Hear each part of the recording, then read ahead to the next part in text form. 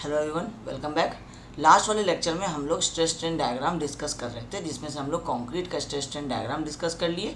आपको actual stress strain diagram और modified stress strain diagram का डिफरेंस समझा दिए, और ये डायग्राम एक्चुअल वाले से कैसे बना ये आपको समझ में आ गया। उसके बाद हम लोग बात किए कैरेक्टरिस्टिक कॉम्प्रेसिव स्ट्रेंथ के बारे में। कैरेक्टरिस्टिक कॉम्प्रेसिव स्ट्रेंथ क्या होता है? 0.67 FCK होता है। कैसे आया ये आपको, ये डेरिवेशन हम आपको एक तरह से दिखा दिए, लॉजिक दिखा दिए कि ये 0.67 कैसे पहुंचा FCK से। ठीक है। उसके बाद आपका डिज़ाइन स्ट्रेंथ आ गया। डिज़ाइन स्ट्रेंथ कैसे पहुंचा? ये पार्शियल सेफ्टी फैक्टर की वजह से यहाँ पहुंचा। ये दो वैल्यूज़ को बॉक्स बनाए हैं, ये दो वैल्यूज़ आपको याद रखने हैं। ठीक है, यहाँ तक का आपको ये चीज़ इंपॉर्टेंट था। यहाँ आपको ये सब थ्योरी था, ये सारी चीज़ें आपको ध्यान रखनी है। इन सारे में से आपको कॉन्सेप्चुअल क्वेश्चंस बनता है। तो आप लेक्चर को अगर पूरा देखे होंगे कि तो हम एक एक करके ये सारे चीज़ों को एक्सप्लेन किए हैं, आपको ये सारी चीज़ें समझ में आ जाएंगी। ठीक है। अब आइए आज हम लोग डिस्कस करेंगे स्टील के स्ट्रेस स्ट्रेन डायग्राम के ऊपर, और आज कोशिश करेंगे कि ये पूरा जितना भी इंट्रोडक्शन वाला पार्ट है इसको कंप्लीट कर दें, और नेक्स्ट हम लोग मूव कर जाएं लिमिट स्टेट मेथड की तरफ। अब सेम फिर से जैसे हम लोग कंक्रीट में पढ़े, एक्चुअल स्ट्रेस स्ट्रेन डायग्राम था, मॉडिफाइड स्ट्रेस स्ट्रेन डायग्राम था। तो ये वाला आपका क्या है? Actual stress strain diagram. इसको आप पढ़ते होंगे, इसको हम हेडिंग दे देते हैं ए। ये हम लोग सोम में पढ़ते हैं, एक्चुअल स्ट्रेस स्ट्रेन डायग्राम।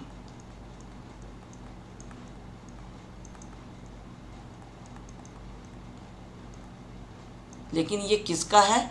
अब यहाँ से आपको बात आता है कि टाइप्स ऑफ स्टील का। माइल्ड स्टील का है ये आपको डायग्राम, और सेम एक्चुअल वाला भी आपको ये माइल्ड स्टील का ही है।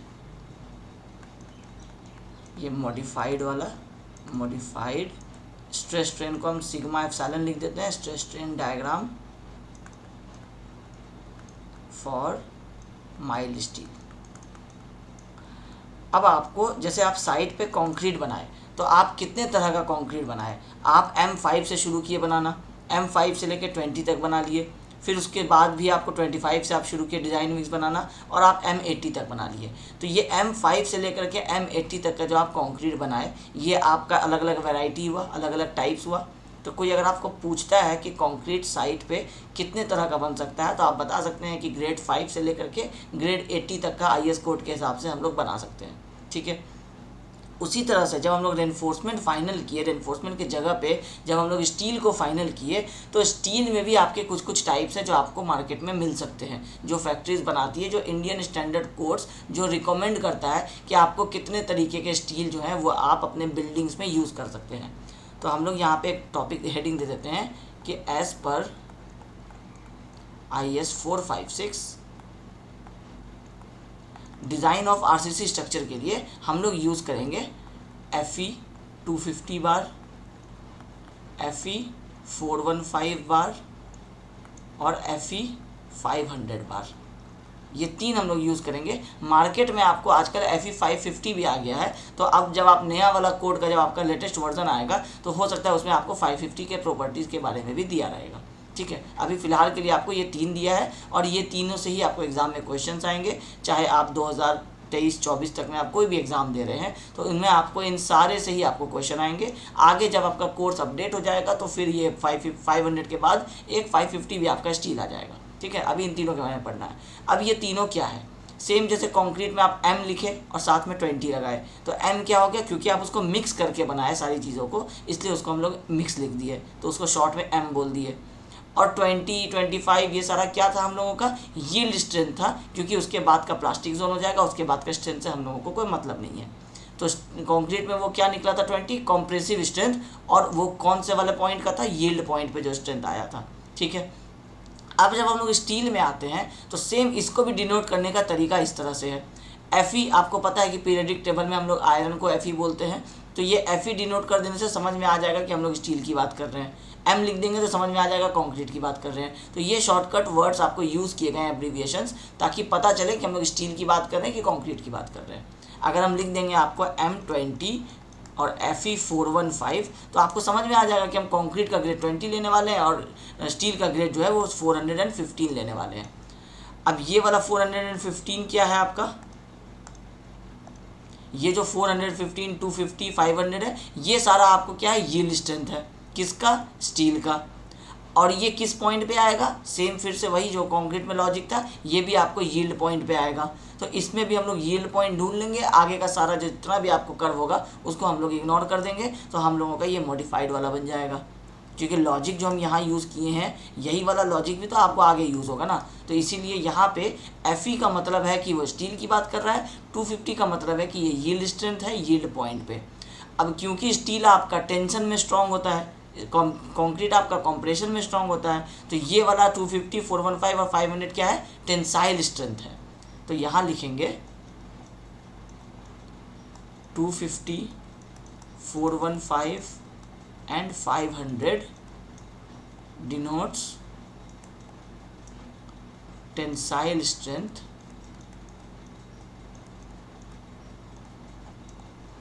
ठीक है, ये सारा टेंसाइल स्ट्रेंथ डिनोट कर रहा है। और ये सारा कहाँ पे आएगा, ये जो वैल्यू है ये वैल्यू रहेगा सारा आपका yield strength. 250, 415 and 500 are yield strength.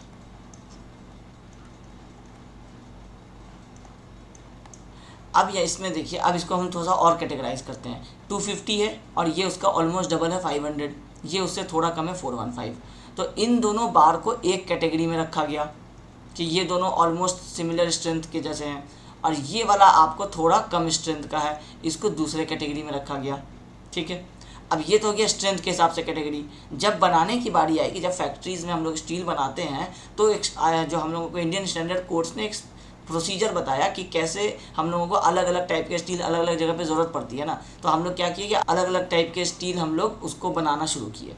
अब कैसे बनाए, तो 250 को हम लोग रखे प्लेन बार। प्लेन बार मतलब है कि ये आपका बस एक सर्कुलर इस तरह से बार है और इसके सरफेस के ऊपर कुछ भी ऐसे इनग्रेव्ड करके नहीं बना हुआ है, बिल्कुल प्लेन बार है। तो प्लेन बार हुआ तो वो 250 हो गया। अब इसमें अगर हम लोग थोड़ा सा ऊपर में ये इस तरह से आप देखेंगे कि ऐसे लाइंस बने रहते हैं जो कि थोड़ा रफ सरफेस प्रोवाइड करता है। जब इस तरह का हम लोग कर दिए तो ये कहलाया आपका डिफॉर्म्ड बार्स।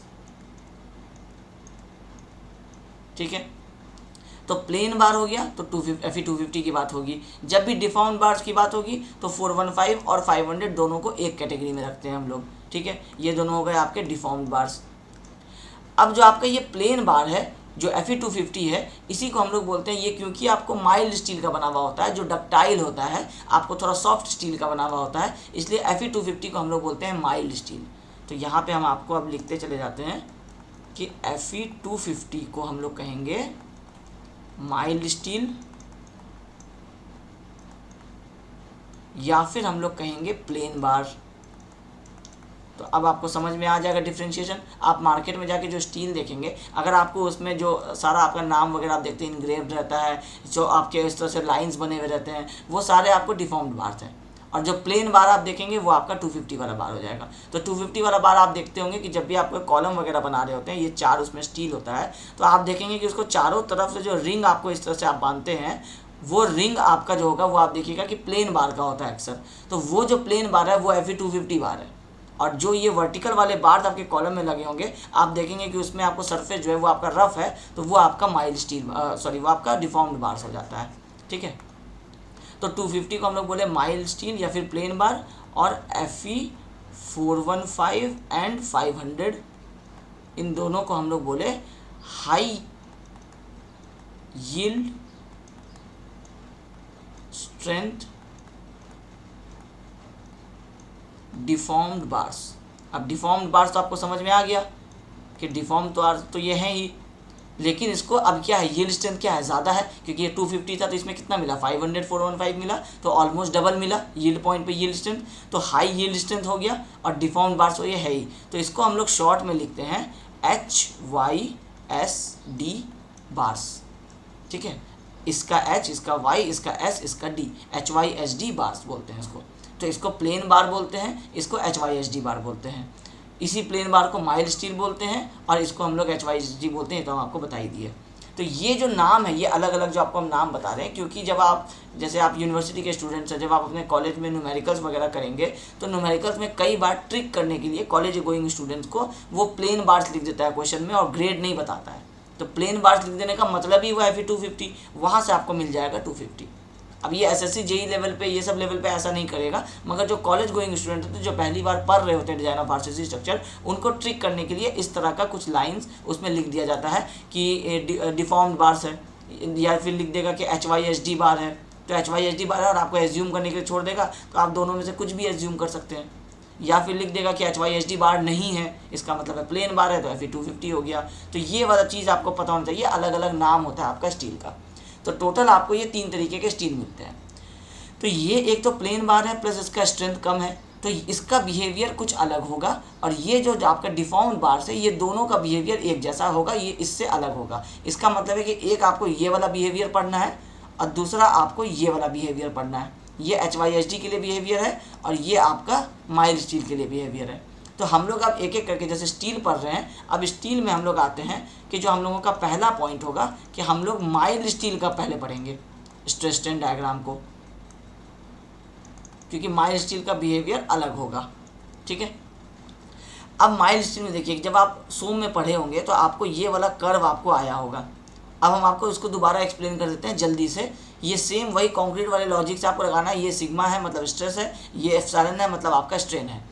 आप ओ पॉइंट से आप लोड लगाना शुरू किया, आपका स्ट्रेस आना शुरू हुआ। जैसे जैसे स्ट्रेस बढ़ रहा है वैसे वैसे स्ट्रेन बढ़ रहा है। यहाँ देखिए लिखा हुआ है लीनियर रीजन है, इतने दूर तक ए वाले पॉइंट तक आपका stress is directly proportional to strain. इसका मतलब है हुक्स लॉ फॉलो हो रहा है। ठीक है, ए के बाद से आप देखिए कि ये थोड़ा सा जब जैसे ही हम लोड बढ़ाए तो थोड़ा सा स्ट्रेस बढ़ा, लेकिन अब ये क्या बढ़ा, पैराबोलिक बढ़ा। इसमें आपको नहीं पता चल रहा है, लेकिन ये वही वाला लॉजिक है जो आप यहाँ देखे थे। ये इस तरह से आपका पैराबोलिक हो जाता है, क्योंकि ये डायग्राम आपको थोड़ा सा छोटा है, इसलिए आपको ये वाला पैराबोलिक पता नहीं चल रहा है। तो यहाँ पे इसलिए मार्क कर दिया गया है कि ये लीनियर रीजन है। लीनियर के बाद ये भी इलास्टिक है, लेकिन ये इलास्टिक जो है ये आपका लीनियर नहीं रहा, इसको हम लोग यील्ड पॉइंट बोलेंगे। तो यहाँ से आपको एक दूसरा एक लाइन इस तरह से मार्क कर दिया गया, ये हुआ आपका यील्ड पॉइंट। ठीक है, उसके बाद आपका फिर और आप लोड बढ़ाए।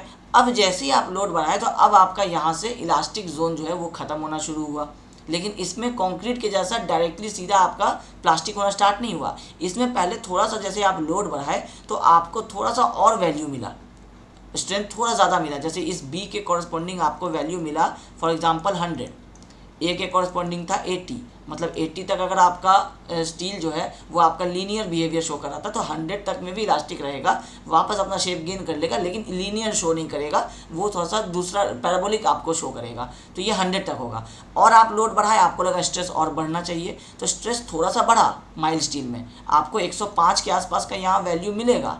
लेकिन जैसे ही वो 105 तक पहुँचा वो वापस सडनली ड्रॉप करके वापस 100 पे ही आ गया। इसका मतलब है कि ये पता चल गया कि ये वाला पॉइंट जो है ये फॉल्स पॉइंट है हम लोगों का। ये सी पॉइंट पे जो स्ट्रेंथ मिल रहा है उसको हम लोग यील्ड पॉइंट नहीं मान सकते हैं, क्योंकि वहाँ पे जाके मेरा स्ट्रेंथ जो है वो वापस मेरा स्ट्रेस ड्रॉप हो गया। इसका मतलब है कि मेरा बी पॉइंट तक का जो बिहेवियर है वो मेरा शेप को वापस करने वाला है, बी पॉइंट के बाद वाला बिहेवियर शेप को वापस नहीं करेगा। ठीक है, ये हम लोगों को एक समझ में आ गया। उसके बाद फिर अब जब ये वापस ड्रॉप हुआ तो मेरा स्ट्रेस ड्रॉप हो गया, डी पॉइंट तक आ गया। मतलब जितने देर में ये स्ट्रेस ड्रॉप हो रहा है मेरा स्ट्रेन बढ़ रहा है। तो आप देखें कि ऐसा तो नहीं हुआ कि बी के बाद लोड बढ़ा है तो स्ट्रेस बढ़ा और वापस यहीं आ गया, नहीं, स्ट्रेस बढ़ा, जितनी देर में ये स्ट्रेस बी से सी पे पहुंचा स्ट्रेन यहाँ से यहाँ आ गया, फिर यहाँ से जब सी से ड्रॉप होकर डी पे आया तो स्ट्रेन आपका यहाँ आ गया, और जैसे ही ये ड्रॉप होकर यहाँ पहुँचा आपका मटेरियल सडनली इलोंगेट कर गया बिना कोई लोड बढ़ाए हुए। आप लोड हटा चुके हैं लेकिन आपका मटेरियल, क्योंकि अब आपको स्ट्रेन उसमें चला गया, परफेक्टली प्लास्टिक वाले जोन में चला गया, अब वो अपने आप आपका उसका स्ट्रेन जो है वो बढ़ता चला जा रहा है और यहाँ से इरिवर्सिबल आपका स्ट्रेन आते जा रहा है। जो आपका कंक्रीट में सेम यहाँ पे आया था, इरिवर्सिबल वाला आपका यहाँ पे स्ट्रेन आया था, इसको आप वापस नहीं कर पाए थे, इस लाइन के इधर वाले को आप वापस कर पा रहे थे, उसी को हम लोग इलास्टिक और प्लास्टिक बोले थे। तो अगर हम इसमें मार्किंग कर दें यहाँ पे इस तरह से इस बी पॉइंट पे, तो ये इतने दूर का पोर्शन मेरा क्या कहलाएगा, इलास्टिक कहलाएगा, और इसके बाद से लेकर के एंडिंग तक का रीजन मेरा क्या कहलाएगा, प्लास्टिक कहलाएगा। ठीक है, अब इस प्लास्टिक में क्योंकि अलग अलग आपका जोन आया है, इसलिए आपको ये सारा जोन समझा रहे हैं कि कैसे क्या क्या हो रहा है। तो आप यील्ड पॉइंट तक आपको मिला लोड, आप जो स्ट्रेस मिला आप लोड हटाए, आपका स्ट्रेस वापस हो गया, स्ट्रेन वापस हो गया। सी पॉइंट पे आप गए तो आपका स्ट्रेन थोड़ा सा आ गया और सडनली आपका स्ट्रेस भी ड्रॉप कर गया। तो आपको समझ में आ गया कि ये वाला जो रीजन है ये मेरा परफेक्ट मतलब इलास्टिक रीजन नहीं है। डी पॉइंट पे जैसे ही आए मेरा, वैसे ही सडनली देखे कि मटेरियल मेरा इलोंगेट कर गया। अब इलोंगेट कर गया तो इसको हम लोग क्या बोले, परफेक्टली प्लास्टिक रीजन, क्योंकि ये बिल्कुल परफेक्ट प्लास्टिक है, बिना किसी लोड के मटेरियल का लेंथ बढ़ता चला जा रहा है, इसका मतलब है कि प्लास्टिक है। अब जैसे ही कुछ दूर तक ये स्ट्रेन आपका बढ़ा, उसके बाद आप देखेंगे कि थोड़ा सा आपको इसका स्ट्रेस लेने का कैपेसिटी बढ़ा, लेकिन ये क्या बढ़ा, टेम्प्रोरी बढ़ा। ई पॉइंट से आपका अब स्ट्रेस लेने का कैपेसिटी बढ़ रहा है, क्योंकि अब ये टूटने की तरफ जा रहा है, लेकिन टूटने से पहले ये अपना मैक्सिमम लोड जिस पे टूटेगा उसको यहाँ पे ये अचीव कर ले रहा है। तो यहाँ से आप देखेंगे कि आपका स्ट्रेस जो है वो आपका बढ़ना शुरू हुआ और यहाँ तक चला आया। ठीक है, तो ये जो पोर्शन है आपका ई से लेके एफ, इसको नाम दिया जाता है स्ट्रेन हार्डनिंग। स्ट्रेन हार्डनिंग का मतलब है कि स्ट्रेन जो आपका आया था परफेक्टली प्लास्टिक जोन में, जो आपका स्ट्रेन आया था, ये स्ट्रेन आपका अब फिक्स हो गया। अब इसमें से थोड़ा सा भी वापस नहीं होगा। मतलब प्लास्टिक जोन में क्या होता है कि मटेरियल वापस अपने जगह पे आता है, लेकिन पूरी तरह से नहीं आ पाता है। जब हम लोग डेफिनेशन पढ़ते हैं इलास्टिक और प्लास्टिक का सोम में, तो इलास्टिक में क्या पढ़ते हैं कि जब हम लोग लोड रिमूव करेंगे तो मटेरियल में जो भी स्ट्रेन आया होगा वो वापस हो जाएगा। और प्लास्टिक जोन में क्या पढ़ते हैं कि जब मटेरियल में हम लोग लोड रिमूव करेंगे तो वो अपना शेप पूरी तरह से वापस गेन नहीं कर पाएगा। लेकिन इसका मतलब क्या होता है कि थोड़ा सा तो गेन करेगा वापस। मतलब अगर यहाँ तक ये आपका स्ट्रेन आया है तो हो सकता है कि वो यहाँ तक वापस आ जाएगा, बाकी ये नहीं आ पाएगा क्योंकि अब प्लास्टिक हो चुका है। लेकिन इस जोन के बाद में जो आपका स्ट्रेन है वो आपका हार्ड हो चुका है। मतलब इस जोन तक अगर पहुँच गए आप तो अब आपका स्ट्रेन 1 mm भी वापस नहीं होगा। तो इसको हम लोग बोले स्ट्रेन हार्डनिंग। अब ये स्ट्रेन हार्डनिंग कहाँ तक चला, जब तक ये मटेरियल अपना अल्टीमेट पॉइंट तक पहुँच गया। इसको हम लोग बोले अल्टीमेट पॉइंट। अल्टीमेट पॉइंट मतलब यहाँ के बाद से जैसे ही इस लोड आप इतना लोड दिए कि इतना स्ट्रेस आया कि आपका मटेरियल अब यहाँ से टूटेगा। और ये इसको हम लोग बोले नेकिंग। नेकिंग क्यों बोले कि जैसे आपका कोई एक मटेरियल है इस तरह का, इस पर लोड पड़ा तो ये आपको इस तरह से टूटने से पहले कुछ ऐसा इसका डायमीटर जो है ये कम हो जाता है, और फिर यहाँ पर से आप देखते हैं कि ये टूट जाता है। तो ये इस जोन में आकर के ये नेकिंग बना देता है, इसलिए इसको नाम देते हैं नेकिंग जोन। इसको स्ट्रेन हार्डनिंग, इसको परफेक्टली प्लास्टिक या फिर यील्डिंग जोन, मतलब आपको यील्ड होते चला जा रहा है स्ट्रेन। ठीक है, बी पॉइंट को हम लोग क्या बोलेंगे, यील्ड पॉइंट बोलेंगे। इस पे जो स्ट्रेंथ आएगा वही स्ट्रेंथ आपका ये 250, 415 और 500 जो स्ट्रेंथ है वो इस बी पॉइंट के कॉरस्पॉन्डिंग है। इसका मतलब है कि जब आप 500 की बात करेंगे तो उसका अल्टीमेट टूटने वाला लोड कुछ ज़्यादा होगा।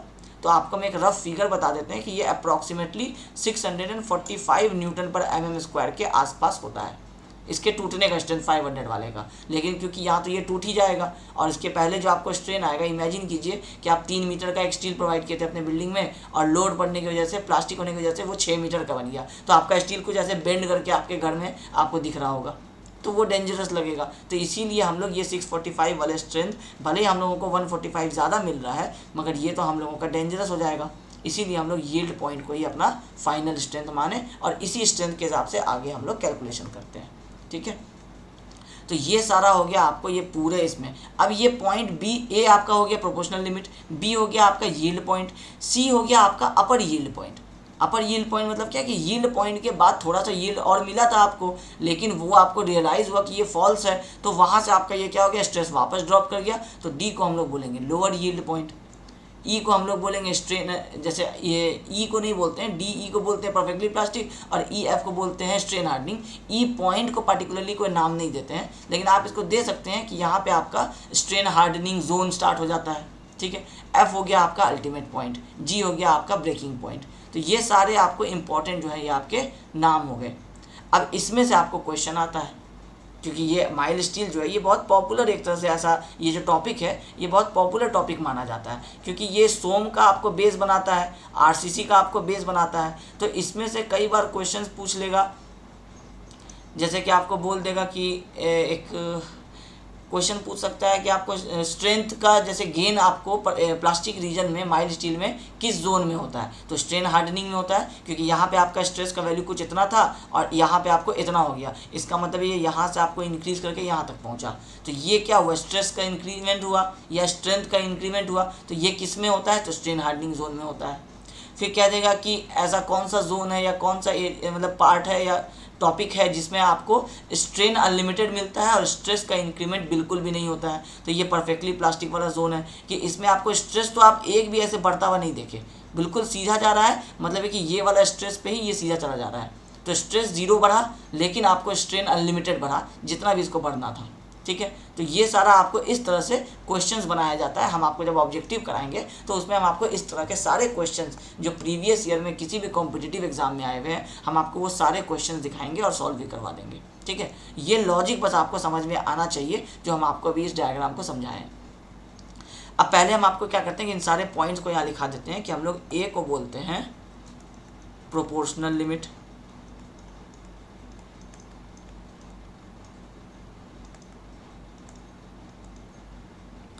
बी को हम लोग बोलते हैं यील्ड पॉइंट, सी को हम लोग बोलते हैं अपर यील्ड पॉइंट, हम इसको वाई पी लिख देते हैं अपर यील्ड पॉइंट को, डी को हम लोग बोलते हैं लोअर यील्ड पॉइंट,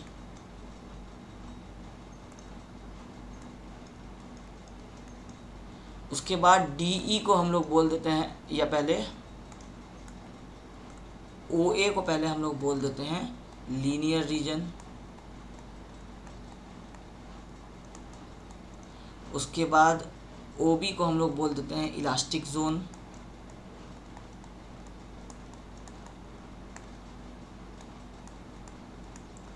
उसके बाद आपका डी ई को हम लोग बोल देते हैं अब perfectly plastic zone,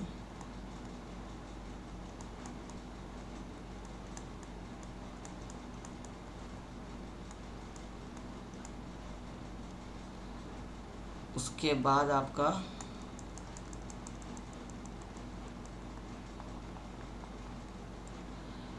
D E के बाद ई एफ को हम लोग बोल देते हैं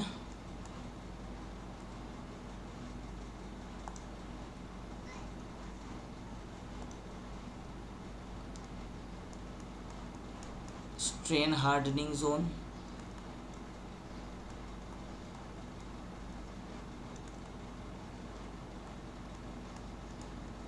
एफ को हम लोग बोल देते हैं अल्टीमेट पॉइंट,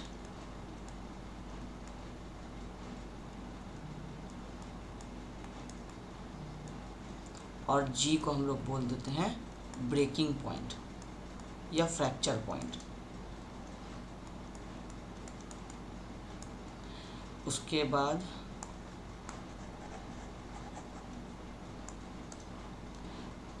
एफ जी को हम लोग बोल देते हैं नेकिंग।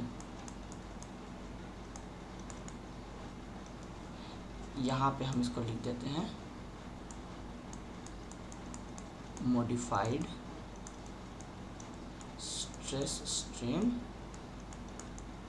डायग्राम। ठीक है, फॉर माइल्ड स्टील। अब ये सारा बिहेवियर हम लोग पढ़ लिए माइल्ड स्टील का। अब ये क्या था, एक्चुअल बिहेवियर था जो एक्चुअल में आपका स्टील में हो रहा है। अब आप जब आप आरसीसी डिज़ाइन में आए तो आपको क्या मतलब है, आपको मतलब है सिर्फ आपका ये लाइन ओ से लेकर के जो बी तक जाएगा, जो ए को भी पार करेगा और बी तक पहुंचेगा, यहाँ तक आपका यील्ड पॉइंट आपको मिला, यील्ड स्ट्रेंथ मिला। उसके बाद ये पूरा प्लास्टिक वाला जोन में चला गया, आपको उससे कोई मतलब नहीं था, आप सीधा इस लाइन को आगे ले आए। मतलब है कि आपका कहना है कि मेन आपका कंसर्न क्या है कि ये जो बी पॉइंट पे स्ट्रेंथ मिला यही आपके स्टील का स्ट्रेंथ है, इससे ऊपर कोई स्ट्रेंथ में इंक्रीमेंट आपको प्लास्टिक बना देगा आपके स्टील को, तो बस आपको उसके ऊपर जाना नहीं है। और लेकिन इस पॉइंट के आगे आपका स्ट्रेन अनलिमिटेड मिलेगा, तो इसका मतलब है कि आप ये लाइन बना दिए तो आप दिखा रहे हैं कि आपका स्ट्रेन बहुत है लेकिन आपका स्ट्रेस इंक्रीमेंट नहीं हो रहा है। तो यही वाला आपका डायग्राम है, इसी को आप यहाँ देखिए। अब फिर से यहाँ दो लाइन है, फिर से पहले एक को देखिए कि ये ओ से लेकर के चला और आपको ये अभी पहले पहुँचेगा ए पॉइंट पे। ए पॉइंट कहाँ आएगा, यहाँ कहीं पे आपको मिलेगा पॉइंट नंबर ए जो प्रोपोर्शनल लिमिट है। उसके बाद ये थोड़ा और आगे ऐसे पैराबोलिक चलेगा, यहाँ पे आपको मिलेगा बी पॉइंट जो कि यील्ड पॉइंट है। उसके आगे आपका ये स्ट्रेट चला जाएगा। अब इसको हम लोग क्या पढ़ रहे हैं, माइल्ड स्टील पढ़ रहे हैं। तो माइल्ड स्टील का ये जो ग्रेड है, इस ग्रेड को हम लोग क्या बोले पहले, जैसे हम लोग कंक्रीट को बोलते थे एफसी के, वैसे ही हम लोग स्टील को बोलते हैं एफ वाई। वाई का मतलब यील्ड, और आरसीसी में हम लोग स्ट्रेस को सिग्मा से नहीं दिखा करके एफ से दिखाते हैं। आप यहाँ भी देखिए एफ सी के में, सी के का मतलब क्या था, कॉम्प्रेसिव स्ट्रेंथ, ठीक है, कैरेक्टरिस्टिक कॉम्प्रेसिव स्ट्रेंथ था, तो सी के से दिखा दिए, और एफ इसको हम लोग डिनोट कर दिए, मतलब क्या स्ट्रेस है, ये वाला स्ट्रेस ही वैल्यू आ रहा है।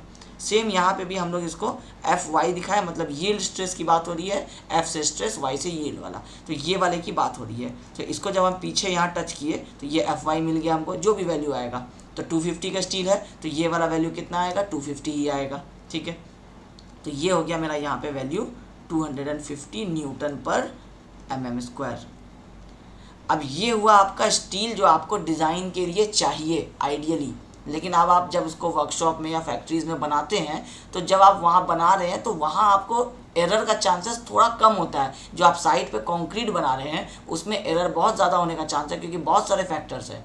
वहाँ आपको फैक्टर्स कम होते हैं जिसकी वजह से एरर हो सकता है। तो उस कंट्रोल्ड इन्वायरमेंट में जो आप बनाते हैं तो परफेक्टली आपको आइडियल तो कुछ हो नहीं सकता है। इसका मतलब है कि कहीं ना कहीं पे थोड़ा सा तो आपको बनाने में या टेम्परेचर के वेरिएशन की वजह से आपको स्टील बनाने में कहीं ना कहीं कुछ मिस्टेक हो सकता है। उस मिस्टेक को ध्यान में रखा गया। उस ध्यान में जो रखा गया तो कैसे रखा गया, तो उसके लिए आपको एक पार्शियल सेफ्टी फैक्टर बता दिया गया कि 1.15 आपको स्टील का होता है। मतलब है कि माना गया कि 15% का एरर होगा आपके स्टील बनाने में और 50% का आपका एरर होगा आपके कंक्रीट को बनाने में। इसलिए हम लोग कंक्रीट में लिए 1.5 का आपका पार्शियल सेफ्टी फैक्टर और स्टील में लिए 1.15 का। तो कंक्रीट के मुकाबले स्टील ज़्यादा अच्छे इन्वायरमेंट में बनता है, इसलिए यहाँ पे आपका जो एरर होने का चांसेस है वो सिर्फ 1.15 होता है। तो हम इसी FY को 1.15 से डिवाइड कर देंगे जो पार्शियल सेफ्टी फैक्टर से। तो क्योंकि ये क्या निकला, आपका कैरेक्टरिस्टिक स्ट्रेंथ ऑफ स्टील निकला है, लेकिन आपको जब ये तो हुआ एक्चुअल जो डिज़ायर्ड कंडीशन है आपका, जो आपको चाहिए, लेकिन आप जब डिज़ाइन में ले रहे हैं तो आपको मान के चलना पड़ेगा कि कुछ गलती हो रही थी। तो ये वाला आपका निकलेगा डिज़ाइन स्ट्रेंथ, ये वाला आपका क्या निकलेगा, यील्ड स्ट्रेंथ, जो आपका सोम आपको बता रहा है कि ये होना चाहिए। लेकिन आपका जब आप डिज़ाइन डिवाइड कीजिएगा तो जब 1 डिवाइडेड बाई 1.15 करते हैं तो ये बन जाता है आपका 0.87 FY।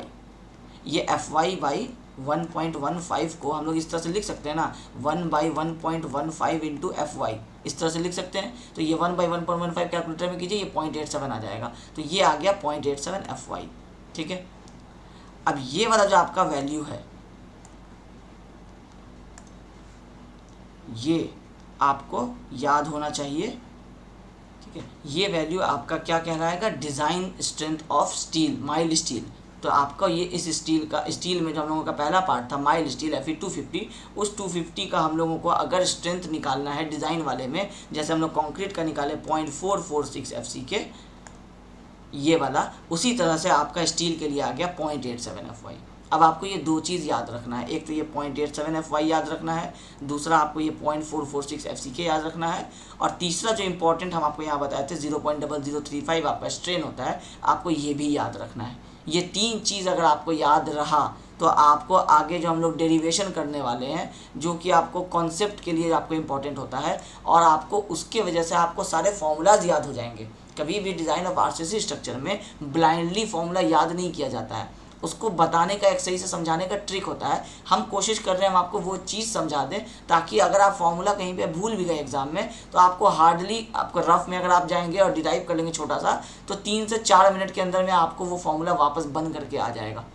तो आपको हम वो ट्रिक समझाना चाह रहे हैं कि आपको बीम का हो, स्लैब का हो या फिर कॉलम का हो, आपको किसी का भी फॉर्मूला ब्लाइंडली रटने की ज़रूरत नहीं पड़ेगी कि क्या वैल्यू था। लॉजिक समझ जाइए। यूनिवर्सिटी एग्ज़ाम के, अगर सेमेस्टर एग्ज़ाम के स्टूडेंट्स हैं तो फिर आपको एग्ज़ाम में टाइम मिलता ही है, 3 घंटा के आसपास का एग्ज़ाम होता है और आपको उसमें 15-20 मिनट तो एक्स्ट्रा मिल ही जाता है। तो आप चाहें, अगर आप फॉर्मूला भूल गए हैं, आपको अगर कोड अलाउ नहीं है और आप नहीं याद कर पा रहे हैं फॉर्मूला, आप साइड में जाके जो हम लॉजिक आपको समझाएंगे आगे के यूनिट्स में, आप उससे डिराइव कीजिए, आपको तुरंत फॉर्मूला बन जाएगा। इसलिए आपको याद रखने वाला कोई टेंशन नहीं है, बहुत इजी तरीके से हम आपको समझा रहे हैं सारी चीज़ों को। बस आप लेक्चर सुनिए और आपको जहाँ पे भी डाउट होता है आप हमसे पूछ लीजिए, ठीक है। अब ये सारा डिस्कशन हो गया मेरा माइल्ड स्टील के बारे में। अब हम आते हैं HYSD स्टील पे। अब मेरा डिस्कशन होगा HYSD स्टील पे। तो HYSD बार किसको किसको हम लोग बोले, ये हम लोग बोले Fe415 को और Fe500 को। अब ये दोनों स्टील एक ही टाइप है, HYSD हैं, तो इन दोनों में जो बिहेवियर होगा वो आपका सिमिलर ही होगा, इसलिए डायग्राम हम लोग एक ही एक्सप्लेन करेंगे और उसी में आपको सब कुछ आपका कवर हो जाएगा। और अब ये डायग्राम में बहुत ज़्यादा टाइम भी नहीं लगेगा क्योंकि अब आप 2 बार स्ट्रेस स्ट्रेन डायग्राम समझ चुके हैं। सेम वही हो रहा है फिर से। अब आपका हाई यील्ड स्ट्रेंथ वाला स्टील है, आप उसको बनाए, उस पर आप टेस्ट किए, आप लोड देना शुरू किए, स्ट्रेस आना शुरू हुआ, स्ट्रेस आते गया, स्ट्रेन आते गया। लेकिन अब माइल्ड स्टील में क्या हो रहा था कि आपको ये वाला पॉइंट बी जो है ये आप बहुत आसानी से ढूंढ पाए थे।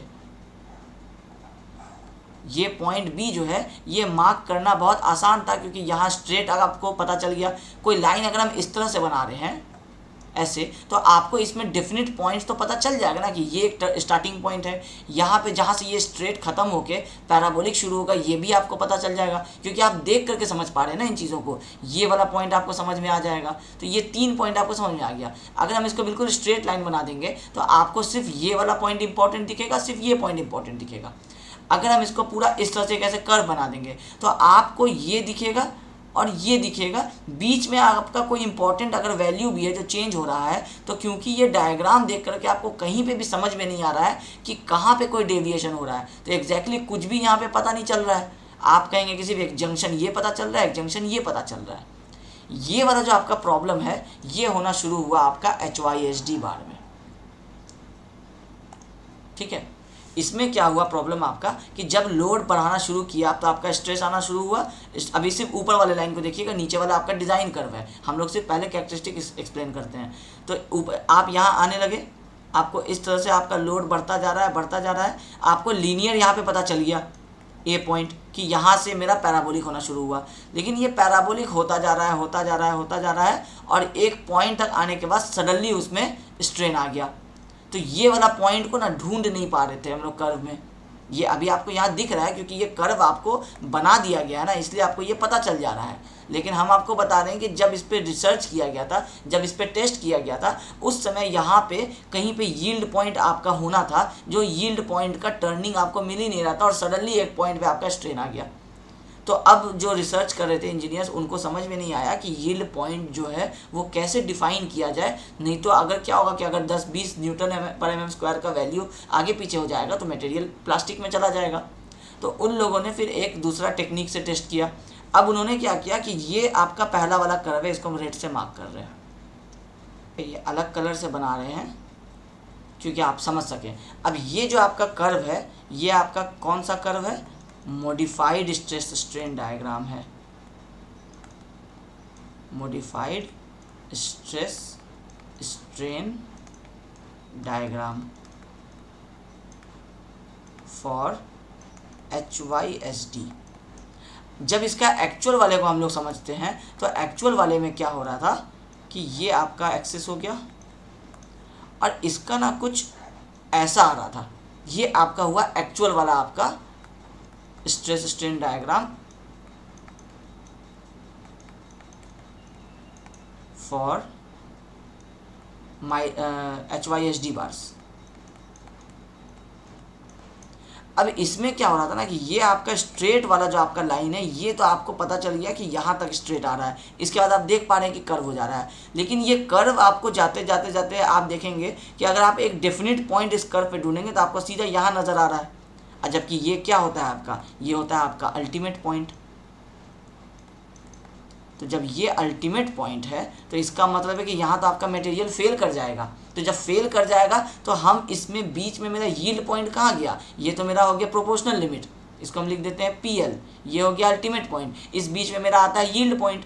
अब यील्ड पॉइंट इसमें अगर हम आपको टास्क दें कि आप इस A और इस C पॉइंट के बीच में B पॉइंट को ढूंढिए तो आप नहीं ढूंढ पाएंगे क्योंकि आपको एग्जैक्टली ये डायरेक्ट कर्व दिख रहा है, कहीं पे से भी टर्निंग नहीं नज़र आ रहा है। और जहाँ पे टर्निंग नज़र आ रहा है वो पॉइंट आपका ये C है, इसके पहले वाला पॉइंट आपका A था। तो इंजीनियर्स को हुआ ये वाला प्रॉब्लम कि हम इस वाले पॉइंट को ढूंढे कैसे। तो उन्होंने क्या किया कि अब उन्होंने एक दूसरा टेक्निक निकाला, टेस्ट किया, टेस्ट करके रिजल्ट्स को चेक किया और उन्होंने क्या कहा कि ये जो आपका स्ट्रेन है, यहाँ पे स्ट्रेन कितना है? 0। यहाँ पे आपका कुछ पार्टिकुलर अमाउंट का स्ट्रेन है। जब 0 स्ट्रेन है तो आप यहाँ आइए, कंक्रीट में आपके साथ क्या हो रहा था, आप देखिए कि आपका 0 स्ट्रेन से स्टार्ट हुआ और 0.002 स्ट्रेन तक आपका ये बिल्कुल आपका इलास्टिक रहा और 0.002 के बाद ये आपका प्लास्टिक में चला गया, ठीक है। तो हम लोग इसको क्या किए कि यहाँ पे इस तरह से हम लोग इसको कर्व को बना दिए, ये 0.0035 हो गया और एक वैल्यू अब आपको आया 0.002 का। अब ये 2 आपको डिफाइन कर रहा है कि ये आपको यहाँ तक आपको इलास्टिक हो रहा है, उसके बाद वाला आपको प्लास्टिक हो रहा है, ठीक है। अब हम लोग वापस यहाँ आते हैं। अब यहाँ पे भी साइंटिस्ट जो रिसर्चर्स थे उन्होंने कहा कि 0.002 तक तो हम लोगों को पता ही है ना कि हम लोगों का मटेरियल इलास्टिक होता है। तो 0.002 वाले पॉइंट से स्ट्रेन से एक पैरेलल लाइन ले लीजिए उन्होंने कहा। तो हम लोग क्या किए, पैरेलल लाइंस ले लिए। किसके पैरेलल? ये वाला जो आपका लाइन है जो पहले से आपका ये बना हुआ है, इसके पैरेलल उन्होंने कहा कि एक लाइन बना दीजिए। तो हम एक लाइन बनाए जो यहाँ आकर के टच किया और इस वाले पॉइंट को उन्होंने कहा कि ये आपका है पॉइंट नंबर बी, इसको हम लोग बोले यील्ड पॉइंट। तो ये वाला जो पॉइंट है ये आप कैसे ढूंढे, ये कर्व में आपको डायरेक्टली नहीं मिला, आप 2% पे आए, एक स्ट्रेट लाइन बना दिए जो इस वाले नीचे वाले लाइन के पैरेलल था और ये जा करके हिट किया यहाँ पे, जहाँ पे ये हिट किया ये बन गया हम लोगों का यील्ड पॉइंट। इसी यील्ड पॉइंट को जब हम लोग HYSD बार की बात करते हैं तो इसको हम लोग बोलते हैं प्रूफ स्ट्रेस।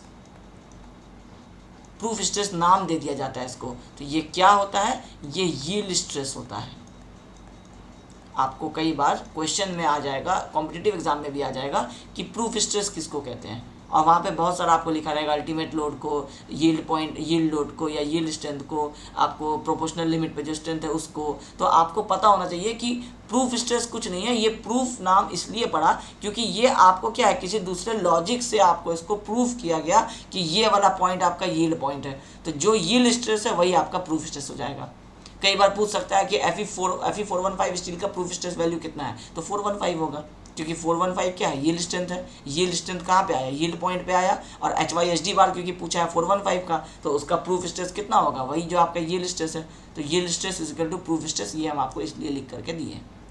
अब कई बार डेफिनेशन पूछ लेता है कि प्रूफ स्ट्रेस क्या होता है, कैसे आया, एक्सप्लेन कीजिए। तो ये डायग्राम बनाइए एक्चुअल वाला, इसमें समझाइए कि यहाँ से हम लोगों को ये पॉइंट नहीं मिल रहा था, तो हम लोग एक पैरेलल लाइन लिए जो इनिशियल OA लाइन के पैरेलल है, जो हम लोगों का प्रोपोर्शनल लिमिट वाला लाइन था, उसके पैरेलल 0.002 स्ट्रेन से हम लोग एक लाइन ऊपर ड्रॉ किए, वो जहाँ पे टच किया अल्टीमेट पॉइंट के पहले, वो हम लोगों का यील्ड पॉइंट हो गया।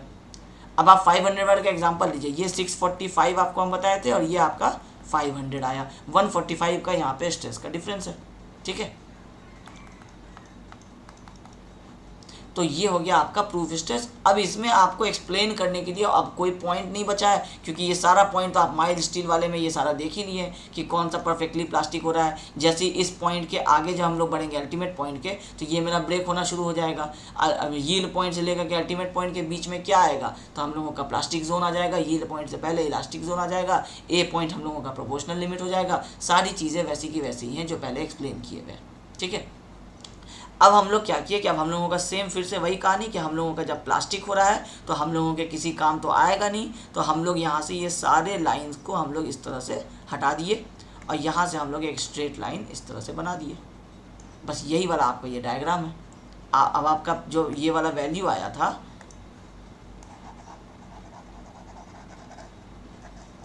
ये आप ऊपर वाला डायग्राम देखिए, इस पे जो आपका वैल्यू आया स्ट्रेस का वो क्या कहलाएगा, कैरेक्टरिस्टिक स्ट्रेस कहलाएगा, कैरेक्टरिस्टिक स्ट्रेंथ कहलाएगा। ये कितना वैल्यू होगा, FY, जो भी FY आप ले रहे हैं, 415 होगा तो 415, 500 होगा तो 500 होगा। अब सेम ये वाला स्टील भी जब आपका बनेगा फैक्ट्रीज़ में तो आपको थोड़ा प्रिसीजन का ध्यान रखना पड़ेगा। तो डिज़ाइन में आप कितना वैल्यू लेंगे तो थोड़ा सा वैल्यू आप कम कर देंगे। तो ग्रेजुअली यहाँ से कम करेंगे तो ये सारा चीज़ आपको पॉइंट A तक आ करके सब कुछ आपका, क्योंकि यहाँ तक तो लीनियर रहेगा, उसके बाद से ही आपका ये लोड जो है आपका वेरी कर रहा है। तो वेरी कर रहा है तो आप देखिए कि यहाँ पे ये लीनियरली वेरी नहीं कर रहा है ना, ये यहाँ से यहाँ जा रहा है, फिर ये यहाँ से यहाँ जा रहा है, और कम करते तो ऐसे जाता, और ज़्यादा कर देते तो ऐसे जाता। तो ये लीनियर वेरिएशन नहीं हो रहा है, यहाँ तक लीनियर वेरिएशन था। इससे भी ये चीज़ समझ में आ जाएगा कि हम क्या लीनियर और नॉन लीनियर समझाना चाह रहे हैं आपको। अब ये वैल्यू कितना बन जाएगा, फिर से 0.87 FY बन जाएगा। तो ले दे करके आपको एक फाइनल रिजल्ट यही मिला कि डिज़ाइन स्ट्रेंथ ऑफ स्टील आपको कितना लेना है, ये लेना है 0.87 FY या फिर FY/1.15, दोनों में से कुछ भी तरीके से लिख सकते हैं। आगे आपको दोनों तरीके से लिखा हुआ मिलेगा, इसलिए हम आपको ये दोनों वैल्यू कह रहे हैं कि ये आपको ध्यान रहना चाहिए। ठीक है। तो ये हो गया आपका स्ट्रेस स्ट्रेन डायग्राम में जो भी इम्पोर्टेंट चीज़ हमको लगा कि आपको पता होना चाहिए, वो सारी चीज़ें आपको यहाँ आपको डिस्कस्ड है। अब हम लोगों का स्ट्रेस स्ट्रेन डायग्राम वाला जो टॉपिक था, ये हम लोगों का टॉपिक नंबर 2 कंप्लीट हो गया। कंक्रीट के बारे में हम लोग पढ़ लिए, हम लोग कैरेक्टरिस्टिक कॉम्प्रेसिव स्ट्रेंथ भी साथ साथ पढ़ लिए, स्टील के बारे में पढ़ लिए, इसमें माइल्ड स्टील था और आपका यहाँ पे HYSD बार था। इन तो हम लोगों का टोटल स्ट्रेस स्ट्रेन डायग्राम जो बिहेवियर था वो हम लोग पढ़ चुके हैं। अब हम लोगों को कुछ 2-4 टॉपिक्स और हैं छोटे छोटे जो हम लोगों को जान लेना है। फिर हम लोगों का ये कॉन्सेप्ट बिल्डिंग वाला ये जो आपका यूनिट था जिसमें से आपको ऑब्जेक्टिव क्वेश्चंस बनते हैं, ये बेसिक कॉन्सेप्ट्स कहलाते हैं आरसीसी के, ये आपका कंप्लीट हो जाएगा। फिर उसके बाद हम लोग आएंगे जो हम लोगों का जो मेन डिज़ाइन वाला जहाँ से स्टार्ट हो जाता है, ये सारा क्या था आपका कॉन्सेप्ट वाला। इसके पहले वाला लेक्चर क्या था, वो मेरा बिल्डअप था आपको कि हम आपको किस तरह से आरसीसी में एक जोन में ले आए थे, ठीक है। अब हम लोगों का थर्ड जो टॉपिक हम लोग आज डिस्कस करेंगे स्ट्रेस स्ट्रेन डायग्राम के बाद, वो होगा आपका मॉड्यूलस ऑफ इलास्टिसिटी। क्या होता है मॉड्यूलस ऑफ इलास्टिसिटी? एक तो हम लोग हुक्स लॉ से जानते हैं कि हुक्स लॉ में जो डायरेक्टली प्रोपोर्शनल का कांस्टेंट था वो कहलाता है आपका मॉड्यूलस ऑफ इलास्टिसिटी। तो पहले तो हम आपको वही लिख देते हैं यहाँ पे, फिर समझाते हैं। एज पर हुक्स लॉ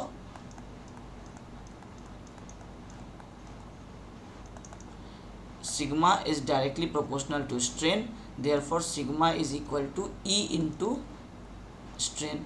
तो E is equal to sigma by epsilon, ये हम लोग पढ़ते हैं, ठीक है। अब ये जो हम लोग पढ़ते हैं ये क्या होता है कि ये परफेक्टली इलास्टिक वाले मटेरियल के लिए हम लोग पढ़ते हैं जो इलास्टिक है। अब कंक्रीट के साथ क्या है ना कि अगर आप इलास्टिक जोन में भी अगर आप उसकी बात कर रहे हैं, जो आपका ये इलास्टिक जोन था, अगर आप इसमें भी बात करेंगे ना इस पूरे में, तो भी आपका कंक्रीट परफेक्टली इसमें इलास्टिक नहीं है। थोड़ी दूर तक आप देखिए यहाँ तक लीनियर है, उसके बाद ये पैराबोलिक है। तो कहने का मतलब है कि जब हम इलास्टिक जोन की बात कर रहे हैं तो इलास्टिक जोन मतलब इलास्टिक होना चाहिए पूरा, तो इलास्टिक है लेकिन यहाँ पे भी आपको पैराबोलिक है। और अगर हम लोग ये तो क्या है हम लोग पढ़ रहे हैं ना, लेकिन अगर हम लोग एक्चुअल सिचुएशन की बात करें तो 5 से 10% का आपको क्या होता है एरर रहता ही है। मतलब ओरिजिनल शेप जो है, कंक्रीट ऐसा मटेरियल है जिसको इलास्टिक कहते हैं हम लोग, लेकिन फिर भी अगर हम लोग लोड रिमूव करेंगे इलास्टिक जोन में तो उसका टोटल हम लोगों का जो शेप है वो वापस आएगा नहीं। अब इन चीज़ों को हम लोग इग्नोर करके हम लोग स्ट्रेस स्ट्रेन डायग्राम की आगे पढ़ाई करते हैं, क्योंकि ये वो चीज़ें हैं जिसको हम लोग कंट्रोल नहीं कर सकते हैं। और हम लोग इसको प्लास्टिक भी नहीं बोल सकते हैं क्योंकि है तो ये इलास्टिक मगर परफेक्टली इलास्टिक भी नहीं है। तो परफेक्टली इलास्टिक नहीं है तो परफेक्टली ये वाला फॉर्मूला यूज़ करना भी प्रॉब्लम होता है। इसको हम लोग डायरेक्टली कॉन्क्रीट में यूज़ नहीं कर सकते हैं। ये कॉन्सेप्ट ठीक है सोम में पढ़ाने के लिए, क्योंकि ये बाकी जगह पे तो यूज़ होगा ही ना आपको। तो ये कॉन्सेप्ट तो है ही आपका कि modulus of elasticity is equal to stress divided by strain. लेकिन ये हो सकता है कि ये आपका स्टील में भी हो, ये आपका कंक्रीट में भी हो। तो स्टील में ये फॉलो आप कर सकते हैं, कंक्रीट में फॉलो नहीं कर सकते हैं। तो कंक्रीट में क्योंकि नहीं कर सकते हैं तो आईएस कोड हम लोगों को क्या करता है, एक इम्पेरिकल फॉर्मूला देता है। इम्पेरिकल फॉर्मूला किसको बोलते हैं? जिस फॉर्मूला को आप डिराइव नहीं कर सकते हैं, कैसे आया है उसका लॉजिक आप नहीं ढूंढ सकते हैं। वो टेस्ट करने के बाद जो आपको बहुत सारे टेस्ट होते हैं और उसके बाद जो आपको एक पर्टिकुलर वैल्यू जिस पे बहुत सारे रिजल्ट्स कंसाइड करते हैं, तो वो उसका एक फॉर्मूला बना करके रिसर्चर्स हम लोगों को दे देते हैं। आप ढूंढेंगे कि इसका लॉजिक कहाँ है, तो लॉजिक नहीं होता है, मतलब आपको नहीं पता होता है, बुक्स में डेरिवेशन उसका नहीं मिलता है, उसको हम लोग इम्पेरिकल फॉर्मूला बोलते हैं। और ये सब जो हम लोग अभी तक निकाल रहे हैं ये सारे आपके डिराइव करके हम लोग निकाल रहे हैं। आपको पता है ये 1.15 क्यों आया है, कहाँ से आया है। तो हम लोगों को IS 456 बोलता है कि मॉडुलस ऑफ इलास्टिसिटी के लिए हम लोगों को एक फॉर्मूला लेना है, वो है आपका E is equal to 5000 under root FC के, और दूसरा बताता है E is equal to 2 into 10⁻⁵ directly इसको लिख देते हैं न्यूटन पर mm² यूनिट के साथ। ये वाला भी जो आएगा ये भी आपका हो जाएगा न्यूटन पर mm²। ये दो मॉडुलस ऑफ इलास्टिसिटी का हम लोगों को वैल्यूज बताता है। अब ये किसका होगा, अब आप समझ ही रहे होंगे कि ये हो गया आपका कंक्रीट के लिए और ये हो गया आपका स्टील के लिए। अब स्टील में सारे ही स्टील पे ये वैलिड हो जाएगा। तो स्टील का मॉडुलस ऑफ इलास्टिसिटी 2 × 10⁵ न्यूटन पर एम स्क्वायर होता है। ये हम लोग पढ़े हुए हैं, हम लोग जानते भी, याद भी हो जाता है।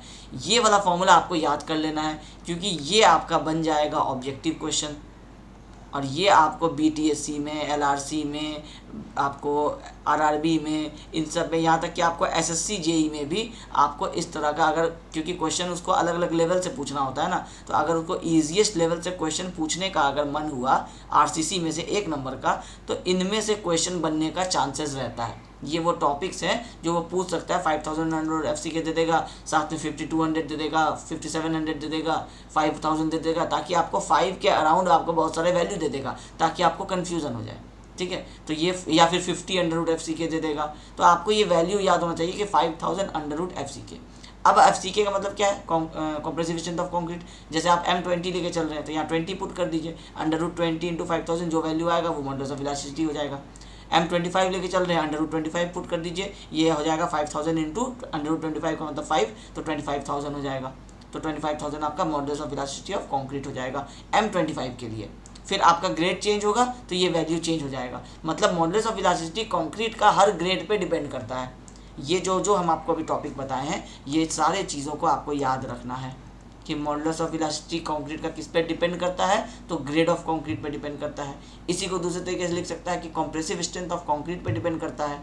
ठीक है, फॉर्मूला आपका क्या होता है? 5000 √FCK होता है। ये सारी चीज़ें आप याद रखेंगे मॉडुलस ऑफ इलास्टिसिटी के अंदर में से। ठीक है, स्टील के लिए तो सिर्फ आपको ये वैल्यू है, ये याद रहना पड़ेगा, क्योंकि आगे सारे जगह पे हम लोग इस वैल्यू को भी यूज़ करेंगे। ठीक है, अच्छा, अभी ये हम स्ट्रेस स्ट्रेन डायग्राम में अभी आपको हम एक वैल्यू नहीं समझाए हैं, वो है ये वाला। ये हम आपको आगे समझाएंगे। ठीक है, जहाँ पे आपको ये काम आएगा, सिंगली रेनफोर्स में काम आएगा, हम आपको वहाँ पे ये डायग्राम वापस लेकर के आएंगे, वहाँ ये वापस वैल्यू आपको समझाएंगे। अभी के लिए आपको इसको ध्यान नहीं देना है।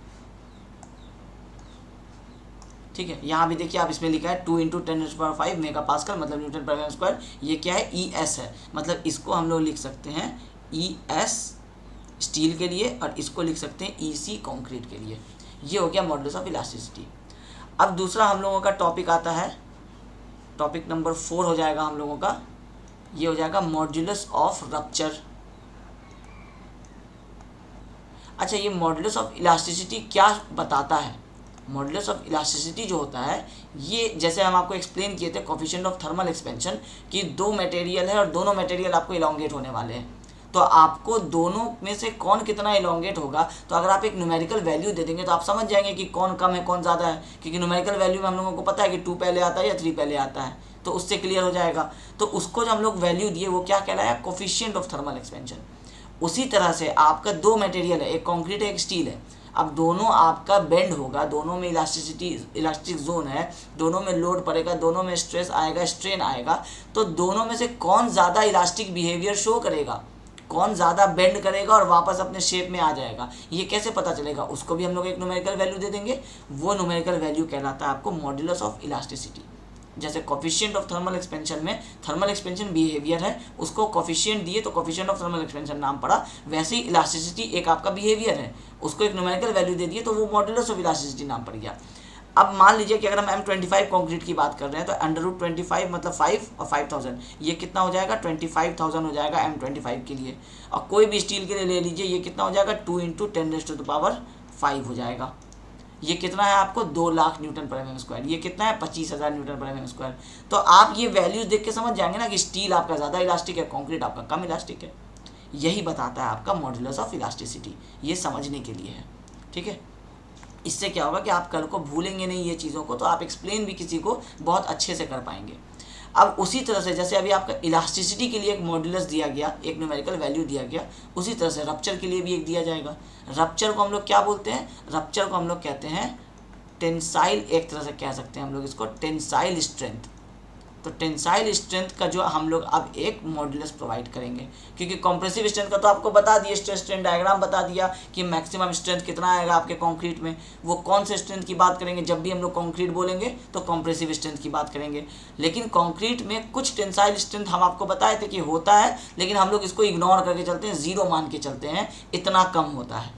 अब वो कुछ तो होता है, तो जो कुछ होता है तो IS कोड हम लोगों को बताता है कि आपको कंक्रीट में जो लेके चलना है वो एम्पिरिकल फॉर्मूला लेके चलना है 0.7 अंडर रूट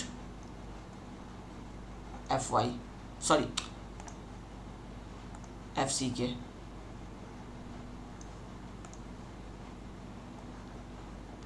अब आप देखिए कि मॉडुलस ऑफ इलास्टिसिटी कितना था 5000 अंडर रूट एफ सी के, मॉडुलस ऑफ रप्चर कितना है 0.7 अंडर रूट एफ सी के।